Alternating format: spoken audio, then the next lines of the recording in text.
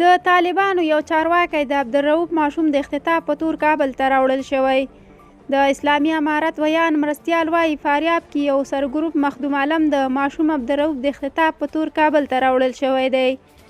دغه کس 2 ورځې وړاندې د کشفي او عدلي ارګانونو لخوا د یوې قضیې د سپیناوي لپاره بلل شوی و او خلکو یې په غبرګون کې په اعتراض لاس پورې کړی.